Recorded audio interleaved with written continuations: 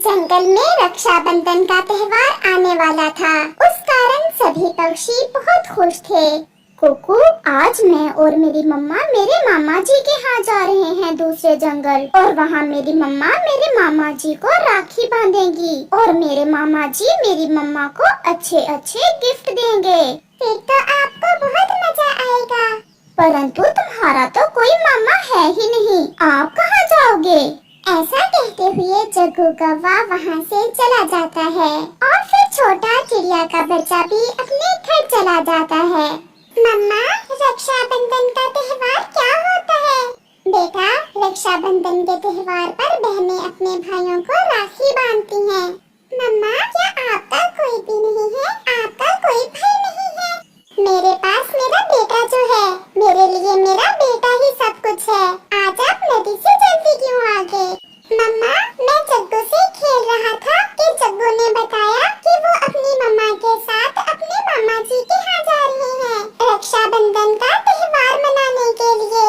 चल भी जग्गू, जल्दी जल्दी से तैयार हो जाओ, हमें शाम से पहले पहले पहुँचना है। मेरा भाई मेरा इंतजार कर रहा होगा।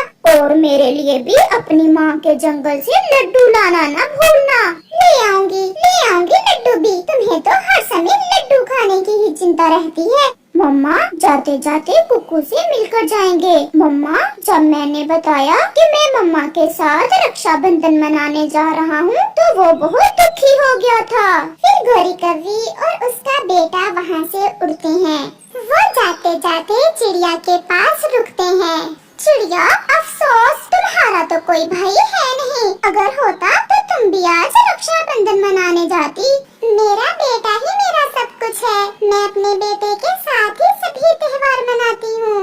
तुम्हारा तो कोई भी नहीं है। बहुत मनहूस हो तुम चिड़िया।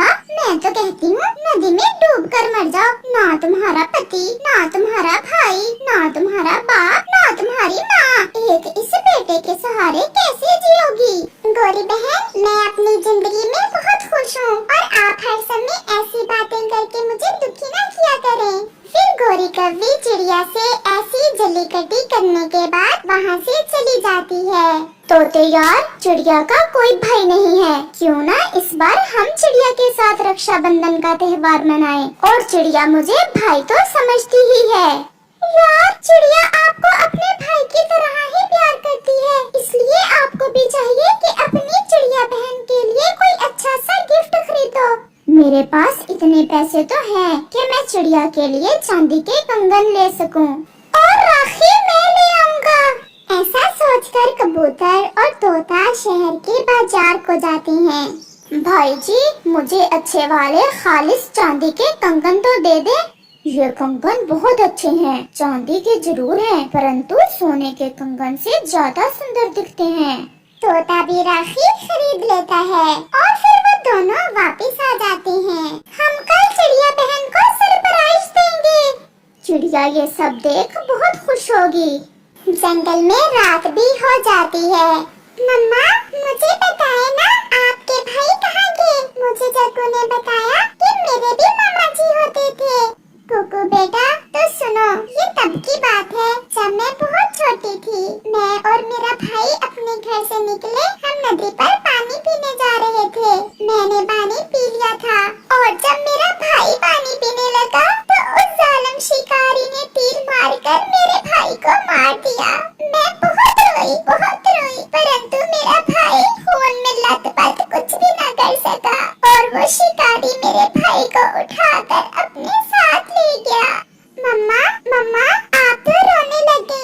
मम्मा चुप कर जाए, मैं फिर कभी आपसे ऐसा सवाल नहीं करूँगा। नहीं कुकू बेटा, कल रक्षाबंधन है ना, मुझे भी अपने भाई की बहुत याद सता रही थी।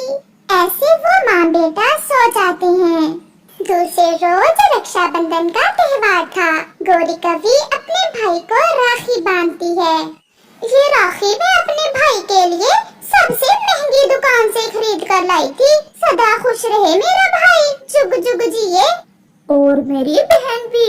ये कंगन खालिस सोने के हैं, ये भी मैंने बहुत मेहनत से चुराए हैं अपनी बहन के लिए, चील के घर से चुराए हैं। आज रात ही मैं गया था अपनी बहन जी के लिए कंगन चुराने।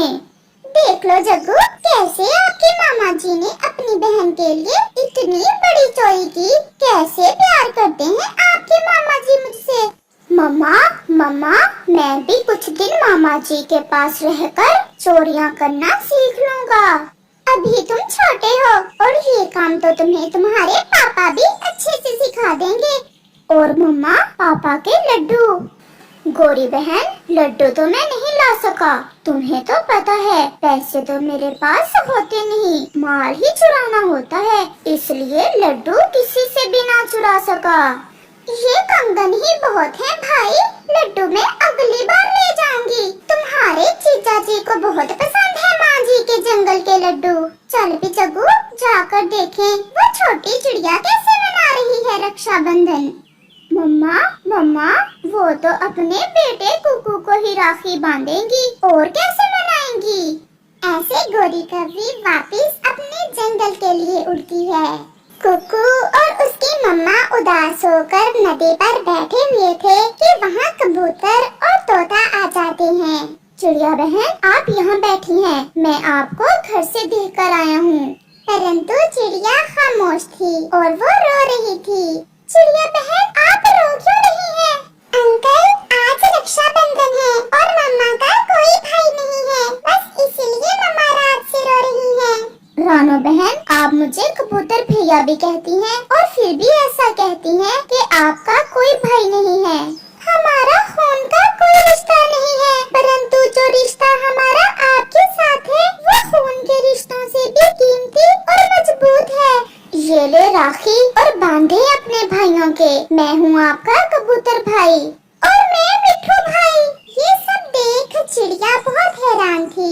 मुझे माफ करना मेरे भाइयों, मुझे नहीं पता था कि मेरे कबूतर और तोता भाई इस रक्षाबंधन के त्योहार पर मुझे अकेला नहीं छोड़ेंगे। फिर चिड़िया कबूतर और तोते को राखी पहनाती है। और ये कंगन चांदी के जरूर हैं, परंतु इनमें हमारा प्यार सोने से बढ़कर है। चिड़िया बहुत खुश थी। फिर वहाँ एक पुलिस वाला पक्षी आ जाता है। दोस्तों, यहाँ पर कोई गोरी कौवी भी रहती है। हाँ, वो सामने है उसका घोंसला, परंतु आपको उससे क्या काम है? हमें उसकी तलाश है, कोई जरूरी काम है। फिर वो सब उस पुलिस वाले को साथ लेकर गोरी के घर की तरफ जाते हैं। गोरी भी अपने पति से अपने भाई की शौकियाँ मार रही थी।